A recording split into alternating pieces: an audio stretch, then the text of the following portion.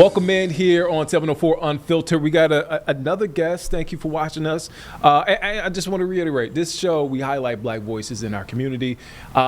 Important now because we have a primary that's coming up next week, next Tuesday. So our guest here in studio, he's a native Charlottean. I see it right there on your screen. A sergeant with over 30 years of experience with CMPD. He served in several capacities, including supervisor for SWAT, started a homicide support group for grieving families, homicide investigations and highway interdiction and traffic safety prior to becoming a sergeant. A long resume. Additionally, he has supervised hundreds of law enforcement officers.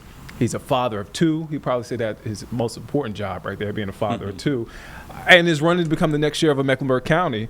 And you might see him on TV, not because of his campaign ads, because at the end of Carolina Panthers games, that's when I first caught a glimpse of him. We're talking about Ricky Robbins here in studio. Thank you for joining us. Yes, sir. No problem. I always wondered before I moved to this market, I'm like, who is that? He's with every coach. He's like one of the constant, because, you know, we went through some years. I say we because I'm a diehard Panthers fan, where we had a run of coaches. Mm-hmm. I'm like, man, he's always there. I mean, you talk about job security. Yeah, I was able to stay there for a while. Native Charlottean, man. Talk about growing up here in Charlotte. Yeah, Charlotte's my home. I love Charlotte. I grew up, was born in Brook Hill. Mm-hmm. Family moved to North Charlotte and later moved to Dilworth. Went to Myers Park High School, CPCC, UNCC. So Charlotte's been my home. I've always loved everything about it. And I'm probably one of the people that never considered even leaving Charlotte. Why is that? What kept you here in Charlotte? Because Charlotte has changed so much. It's changed, but I think when something's close to your heart and something that you want to work toward building a better place and making sure that things were safe here, and getting into law enforcement allowed me to do that. And I've always been proud anytime I travel the country to tell everyone Charlotte is my home. This is what I love, and that's what I'll always be. Earliest memories growing up here in Charlotte, because correct me if I'm wrong, First Ward Elementary School? Correct. I went to First Ward before desegregation. So, yeah. Wow. I went first through third at First Ward Elementary School. What was your earliest memories, and how did that shape you? I think two things. One is when you're young, it helps you to grow, so you don't really see the full aspect of what's going on around you. You understand some of it. And the biggest thing is my parents. My parents always taught us to treat everyone the same, that we were to be treated the same, and that we were no less than anybody else, we were no better than anybody else, that we should stand on our own 2 feet. And so my parents, the way that they guided us, helped me as far as when we desegregated and things, and started to mingle with other people in other neighborhoods. That foundation was set in our home.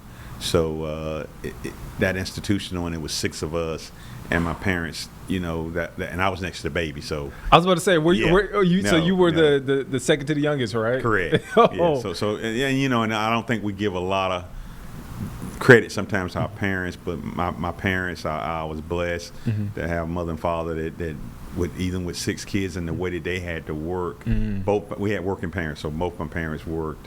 My dad was a letter carry mailman, and my mother worked in nursing, so they were always working, but they always made sure we were taken care of. Oh, man. And you know, I looked at something, and it keeps popping up on my timeline a lot. You know, with parents, like you said, giving your parents credit, you got to parent each child different. Correct. It's not correct. You know, in the ideal world, you would want to parent every kid the same, but you just can't. And I can only imagine during that time, 6 kids.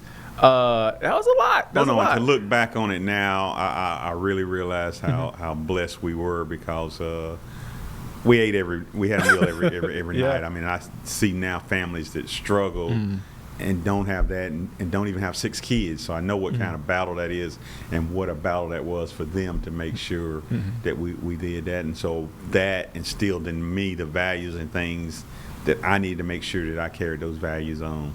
Who did you look up to growing up?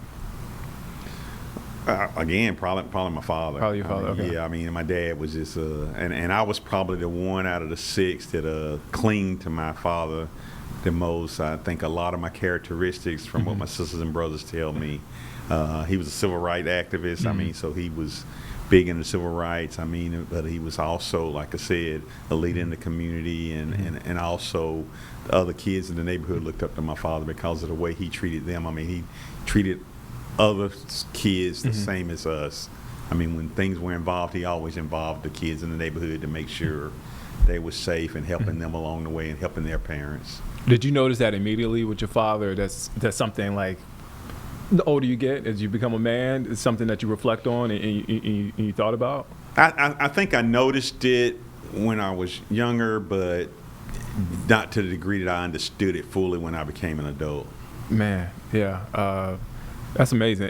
What was your father's name? I want to give Thomas Robbins. Thomas Robbins. That's my middle name, Thomas. Yeah, first male man to wear shorts when they first were allowed to wear shorts. He was the first one, in Charlotte Observer did an article on him wearing shorts. Oh, wow. Yeah. Oh, man. I got to ask you this before we go to break, and I asked you this before we started recording. Your years of experience in law enforcement, why now? Why jump into the race to become Mecklenburg County's next sheriff? Because I look at the way that Mecklenburg County grows, the things that are developing. I saw issues within the sheriff's office. I know that with my experience in leadership, the way that I've led and the way that I teach, I know that I'm somebody that works with the community, works with law enforcement officers, local, state, and federal, and I know that I can bring them to the next level from the way that I lead. All right.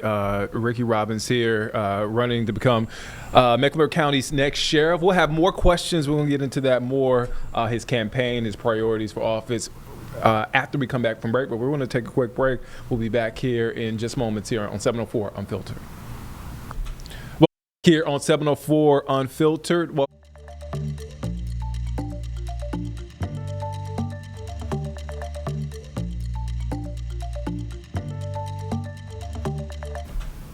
welcome back here on 704 Unfiltered. Nick Sturdivant here with Ricky Robbins, running to become Mecklenburg County's next sheriff. So we talked about it before we went to break. Why you decided to jump into the race. Correct. I got to ask this question. If elected, biggest priority? When elected, my biggest priority is safety and security of the staff and the people under my care. Right now, they need to know that they're coming to work in an environment where I'm going to make sure that I take care of them and make sure that they return home safely. Everybody deserves to go home safe. Yeah. I want to make sure that I'm attending to their needs, both also in the mental capacity also, because law enforcement is a stressful job, and working inside of a jail it's even more stressful because you're in a confinement where you're locked in with people that don't want to be there. And so you're trying to make sure that you're attending to the things that you need to do, but at the same time, keep everyone safe and secure. So the person that is handling that, the people, the detention officers, the deputies, they need to understand it from the top down that I'm looking out for the best needs of them and making sure that they mentally and physically are being taken care of.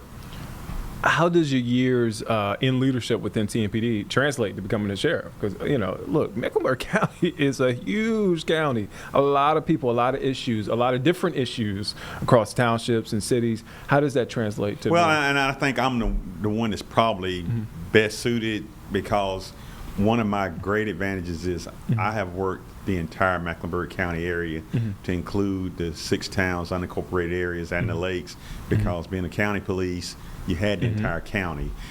Being a leader, and in the last 15 years especially, being assigned directly to the Office of the Chief of Police, I have been able to respond first, hands-on, when any incident has occurred in Mecklenburg County. Any major incidents that we've had, whether they're natural disasters, whether it's civil unrest, protests, riots, officers being shot, homicide scenes, I've been first when it's actually happening. And what the big difference is, when you go out and something is in real time, you're making decisions that affect people right there and then. It's not the next day when you had a chance to sit back and reflect on what happened yesterday and how do we handle this.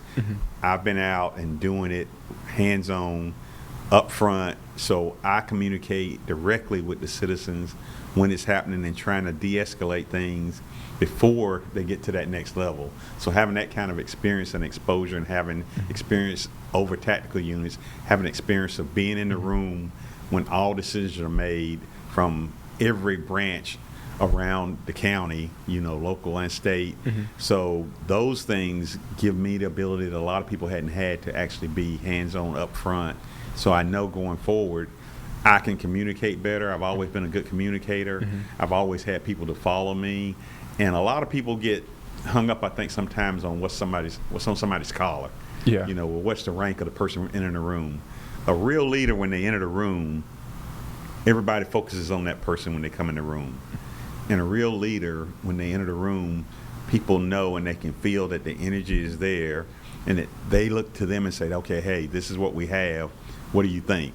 And that's what happens when I enter a room. That's what happens when I come on the scene of anything that's happening. They don't look to see your title. They say, sir, how can we help you, sir, this? And that's not only with CMPD, that's with state agencies, federal agencies. Everybody knows me. Everybody knows my work. Everybody knows what I do and what I bring to the table. And I have been blessed to have that respect when I enter a room, that people know that I'm serious and I'm here to take care of a problem and make sure that everybody goes home safe.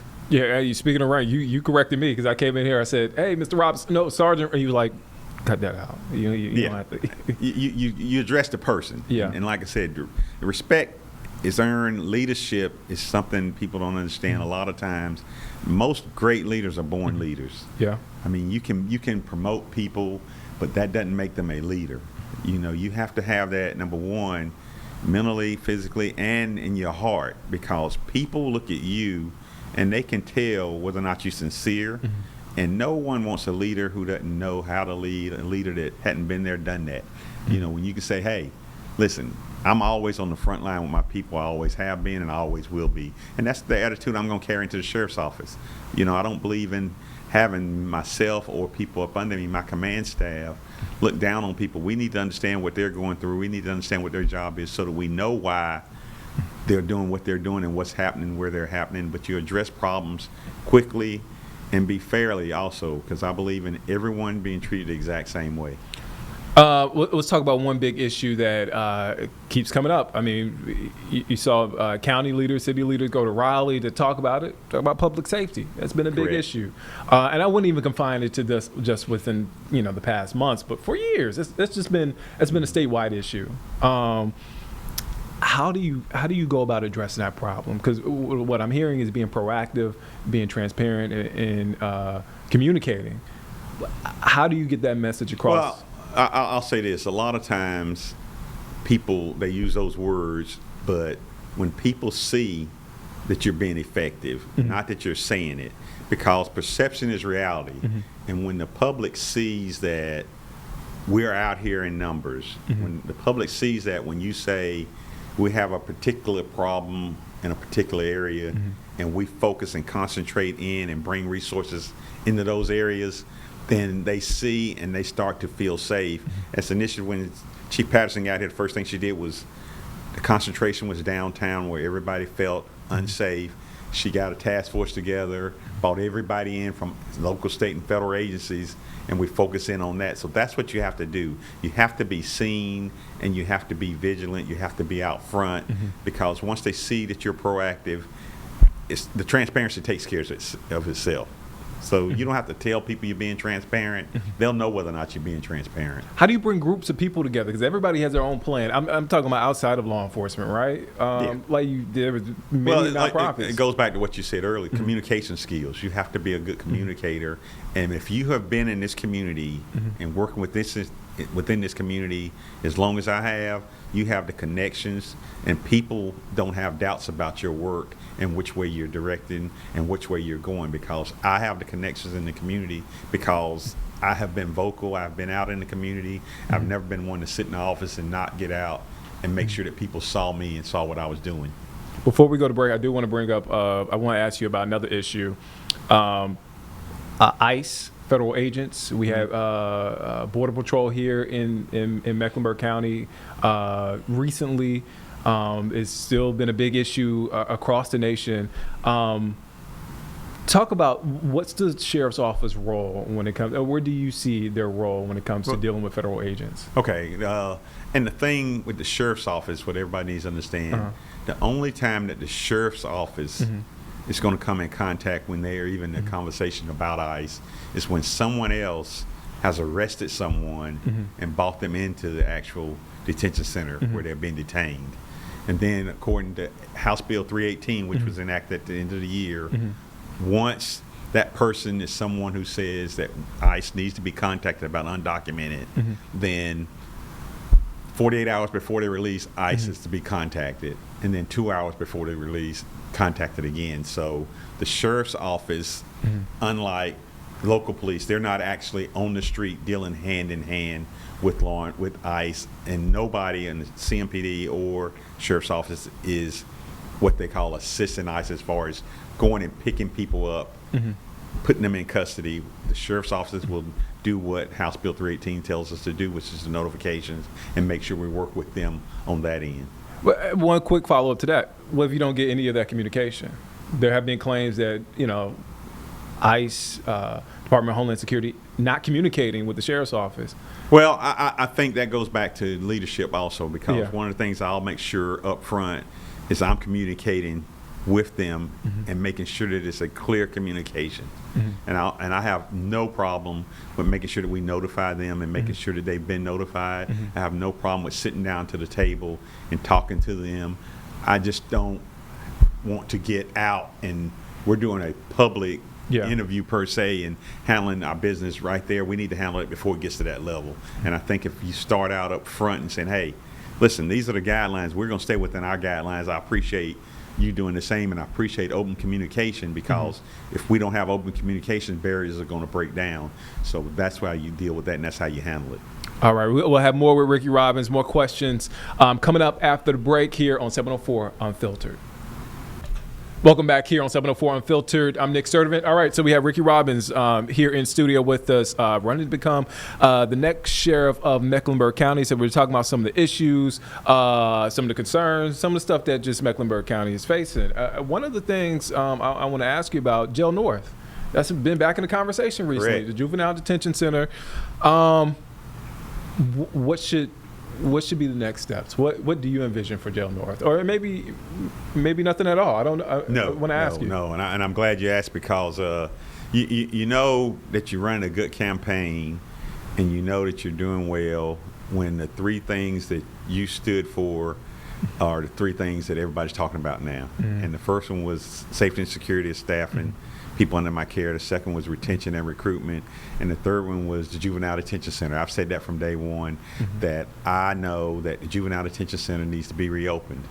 The good thing about it is when the Juvenile Detention Center was opened here in Mecklenburg County, believe it or not, it was one of the best in the state. And so when you have something that's the best, you don't get rid of it, you build on it. I believe that the Juvenile Detention Center has to be reopened in Mecklenburg County, because we're doing a disservice to the citizens of Mecklenburg County. You elect me to look out for you, and it's unfortunate that we have youth that get on the wrong track and have to be placed in a juvenile detention center.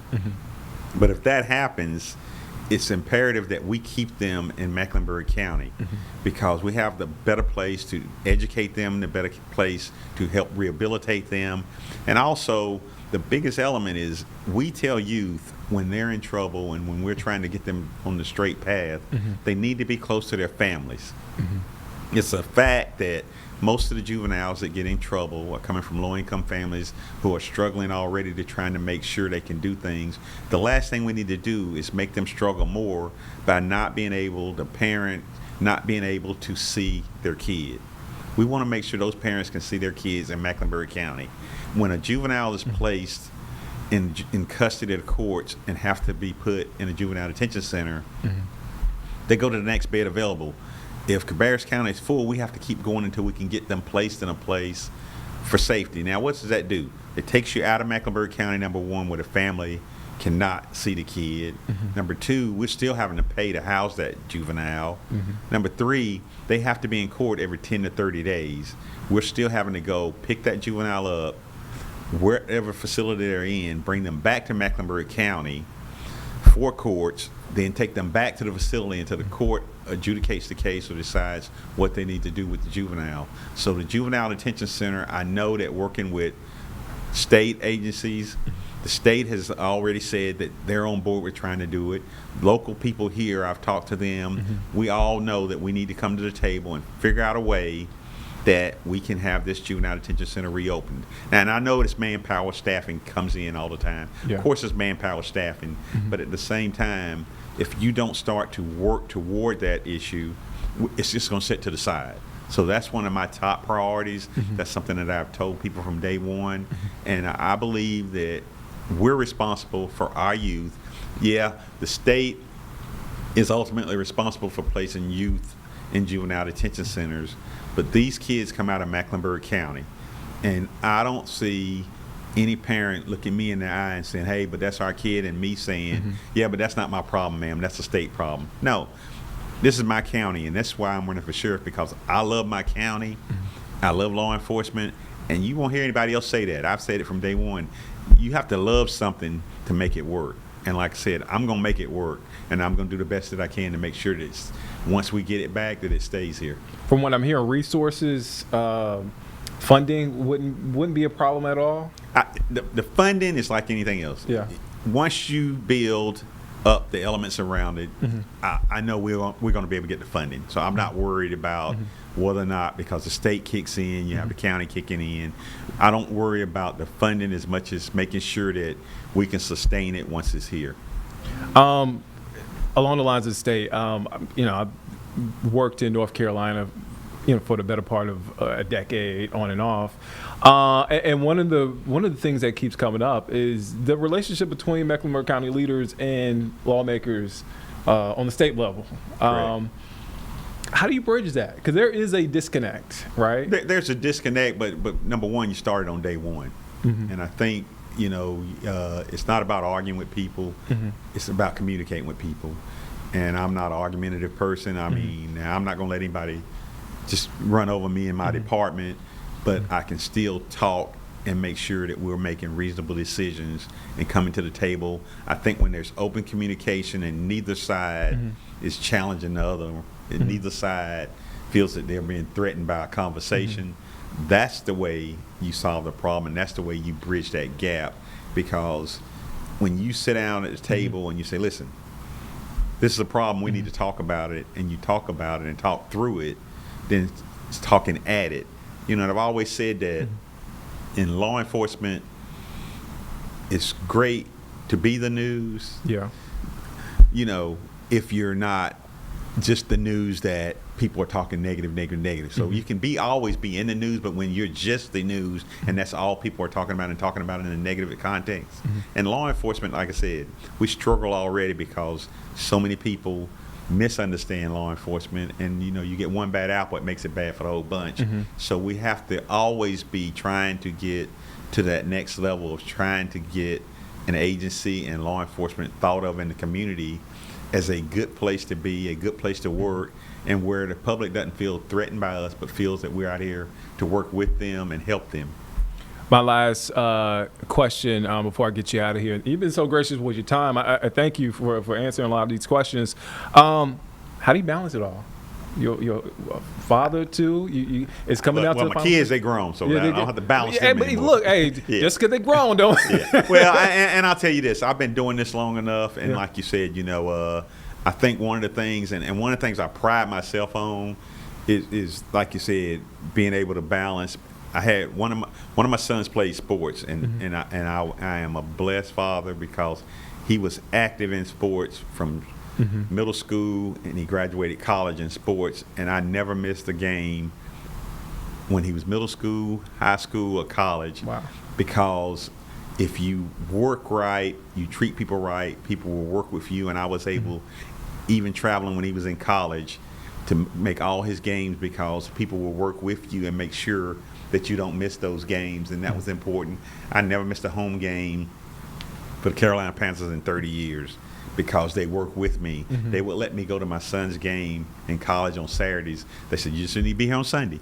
So I mean, but if you're a good person and you're a hard worker, and just like in the police department, like I said, I had supervisors, commanders that I worked around and worked with, and I would give up vacation in the first 6 months of the year because I said my son plays sports and I'm not going to miss my son's games. Yeah. And I would let them take vacations the first part of the year, and I never took a vacation from August to December because my son being involved in sports. And those kind of things, when you take care of your kids, take care of your family, and you take care of your job, you'll get it back twofold, and you don't figure it's a balancing act. It's just the right thing to do when it's for the community and for your family. Well, Ricky Robbins here in studio. Thank you for joining us. Yes, sir. I appreciate the time. Yeah, good luck. The primary again next week, next Tuesday. As he just told me, go and vote. Go and vote. Go and vote. Can I say one thing? Yeah, go ahead. Go ahead. Oh, yeah. Just before I leave everybody, just want to make sure they know two things. Number one, I'm in this to win this. Yeah. And number two, if you want to win, put Ricky in. All right, Ricky Robbins, thank you for your time. And thank you for joining us here on 704 Unfiltered. We do this weekly. This is a special episode Monday. We usually do it on Thursday, but special episode ahead of the primary. All right, we'll see you next week.